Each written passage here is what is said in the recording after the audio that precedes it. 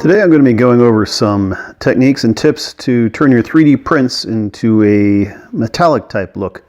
Specifically in this case a tarnished silver or a pewter type look. So this is a 3D print I made off a design I did, basically a rendering of the cups from the Battle of Wits in Princess Bride. And you can find the model and download it in the link down below. But here's what we start with. Well, actually this is a primered piece, and then eventually we want to get to this type look. I always use a thick fill primer when I'm trying to finish pieces to make them look nice. This is one I use. If you're in the United States, it's commonly available. The filler primer will fill in a lot of those little ridges and imperfections. I didn't even sand this before I painted it. It kind of shows, but it doesn't matter too much because some of that irregularity just goes to making a piece that you're making look like tarnished metal, just like it's been aged a bit. So first put a nice thick coat on there. Typically when you're primering things you don't want a thick coat, but in this case I'm really trying to build up a good solid layer so that it hides the imperfections and so that it kind of gives it more of an organic used piece of material rather than something fresh off the 3D printer type look. So once you got it primered, that's step one. Next, move to the base coat of the shine, and that's something that's kind of curious to learn about when you're making things look metallic, is that the shine is what you remember about a metal, but it's actually not what makes it look realistic. This is a very fake look to me. It honestly looks like a piece of plastic that's been spray painted, which it has. In this case I used a bright shiny Rust-Oleum metallic. You can use almost any shiny metallic spray paint you like. If you want to go for a gold hue, they have those, brass, copper.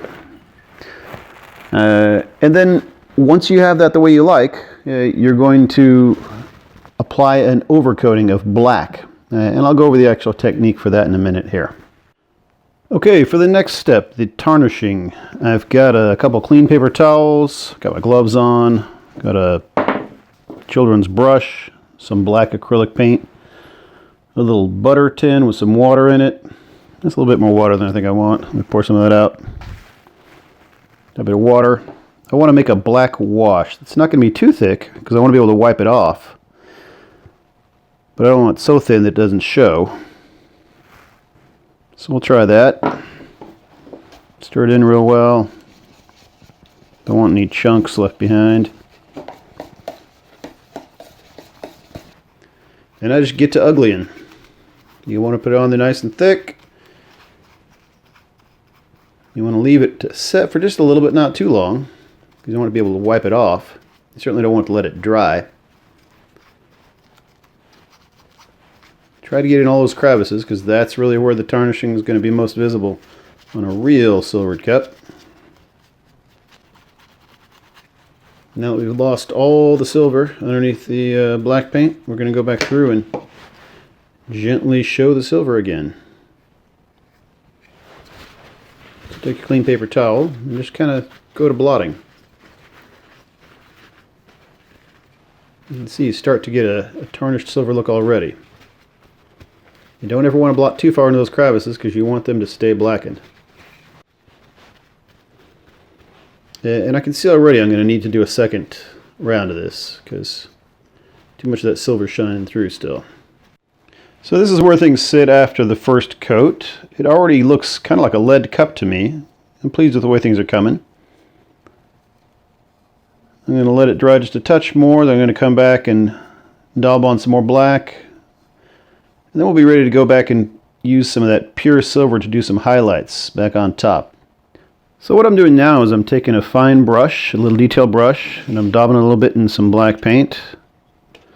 And I'm really trying to sink in those crevices where it really should just be full of corrosion. And it really makes the edges pop, which is what you want. See how that adds to the flare, adds to the realism. Trying to imitate the natural process. So for my final highlights, I decided instead of using spray paint sprayed in a cup, I'm just going to go with this Tamiya Color acrylic paint. This is their flat aluminum. We'll see how it works. Maybe a little too flat to be shiny, I don't know. Or it may just be perfect.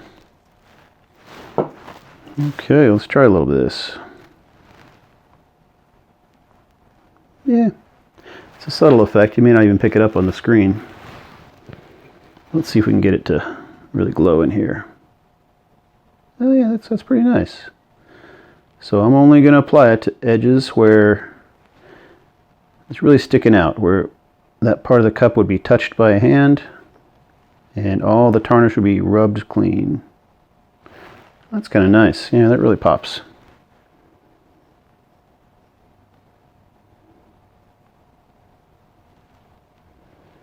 This paint is a bit thin. It's meant to be used with air brushes, so I'm kind of worried it's going to run where I don't want it, but I'll just try to be careful.